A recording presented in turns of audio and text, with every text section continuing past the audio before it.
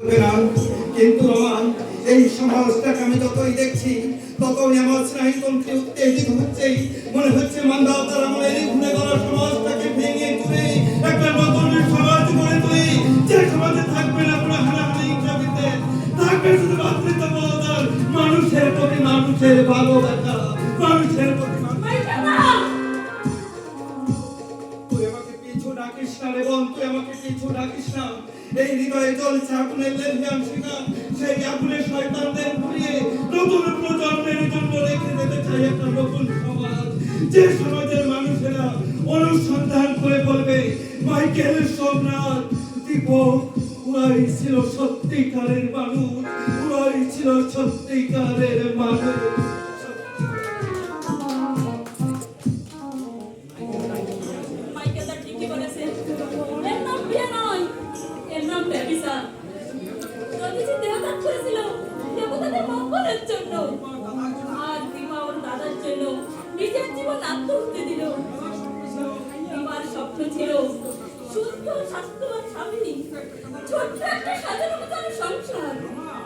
রমা,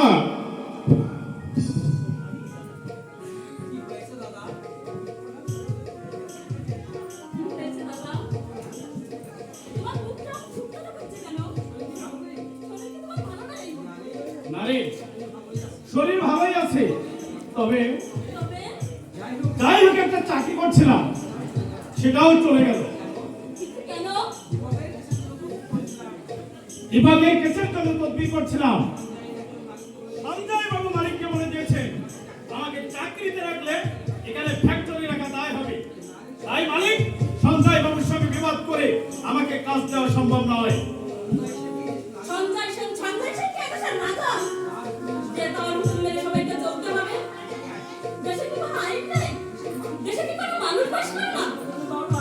আইনের কথা বলছিস রমা, আইন আছে, সে আইন আমাদের মতো এই গরিবের জন্য, এই সমাজে ধনীর 7 গুণ মাপ, ওরা আইনের চোখে দ্রুত মানে লক্ষ লক্ষ টাকা রোজগার করছে বেআইনি পথে।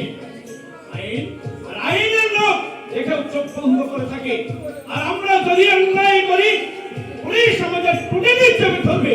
এই তো আমাদের সমাজ ব্যবস্থা।